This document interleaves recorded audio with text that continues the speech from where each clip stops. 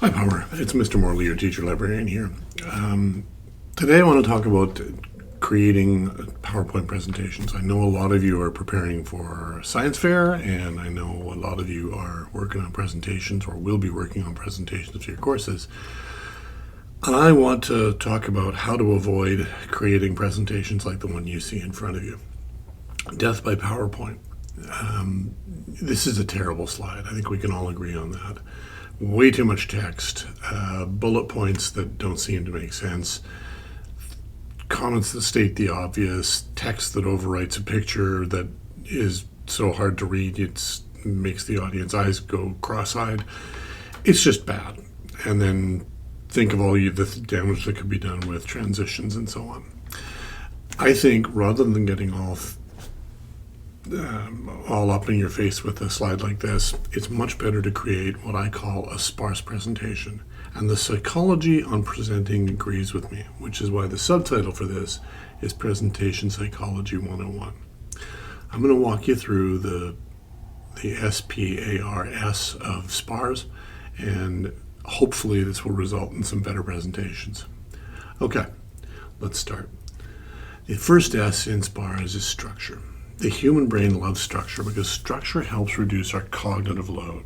All that big phrase means is that it makes thinking and living easier by allowing the brain to do more than one thing at a time.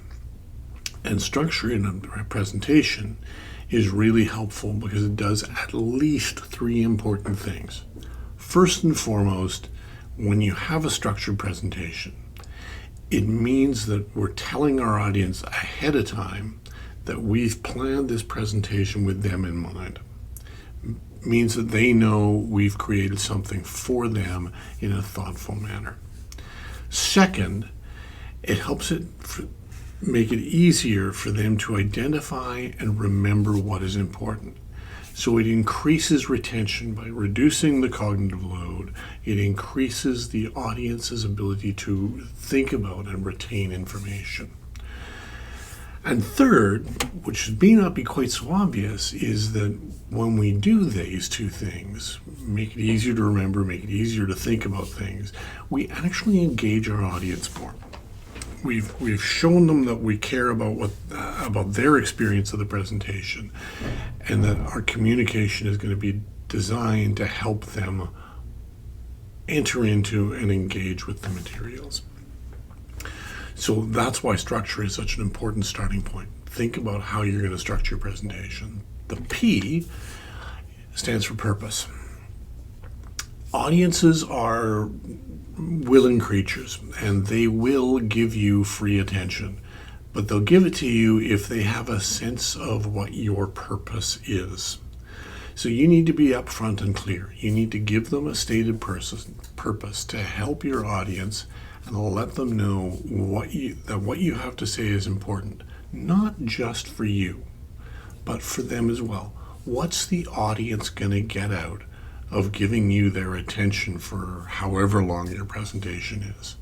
The audience will give you their attention, but they'd like to know what they're going to get out of it. So if you can tell them up front or show them up front what they're going to get, it will make the presentation easier and better. That's why I'm making it, so tell us how this is going to make a difference. All right, the next step, the A, stands for attention. I like the I because the eye image reminds us that you have all their eyes and all their attention. But there's a caveat to that. You get 10 minutes. Your audience will give you a free pass for 10 minutes. After 10 minutes, you need to earn their attention. You need to get their attention back. You need to show them why they need to listen and pay more attention to you. There's a corollary to this, and you need to be aware of it. Your audience is giving you a gift of attention. They're gifting you their time, and that's the only thing anybody really has. If they feel like you are wasting their time, if you're telling silly jokes, or if you are confused, or your slide deck isn't working, or things are going sideways, you will lose your audience and you will never get them back. So when you think of your presentation, you always have to think about how do you respect that gift of time. All right. The next step, the R of SPARS, is the rule of three. And this comes back to structure, but you're going to think about the structure in a more specific way now. You're going to group ideas, evidence, and thoughts into sets of three, because the human brain is really good at remembering things in small clumps, like groups of 2 or 3.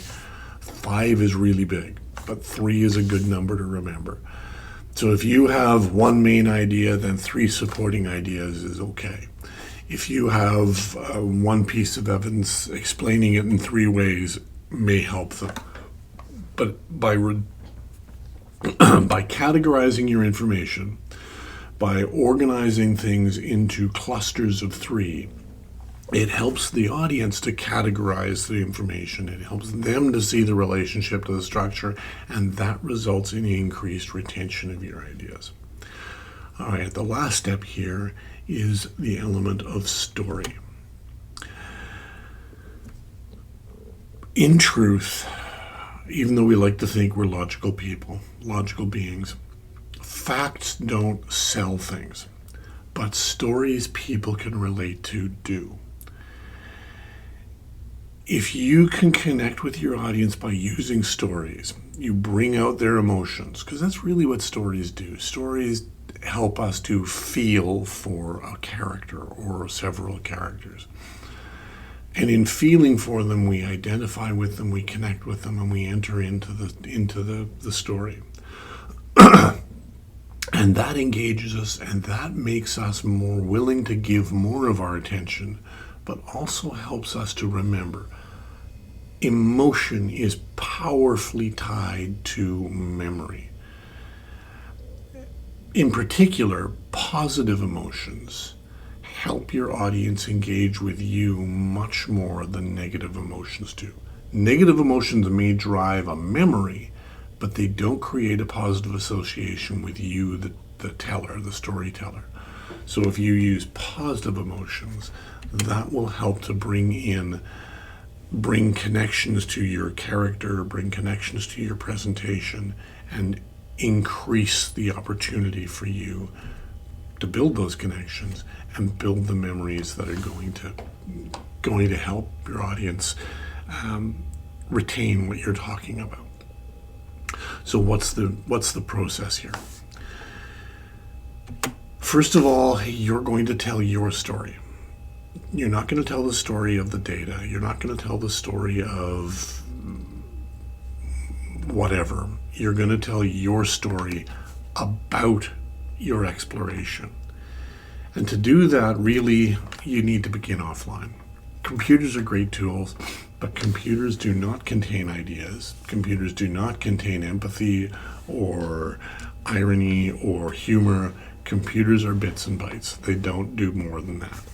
You're going to begin your story, and you're going to make sure that it has a classical beginning, middle, and an end.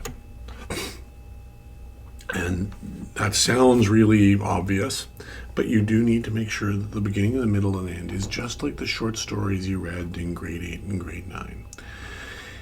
They have a problem and a hero, and the hero tries to solve the problem, and in solving the problem, things don't work out well, and they climb the story mountain until finally they resolve the issue, or they realize they have to resolve something in themselves, and then they work out the problem in the end. And you're going to show, not tell this problem. Show us why this matters. Show us why the problem exists. Show us why a problem or an issue is something that everyone should care about. And then you're going to show how and why you solved it. In doing this, your audience will identify better with you.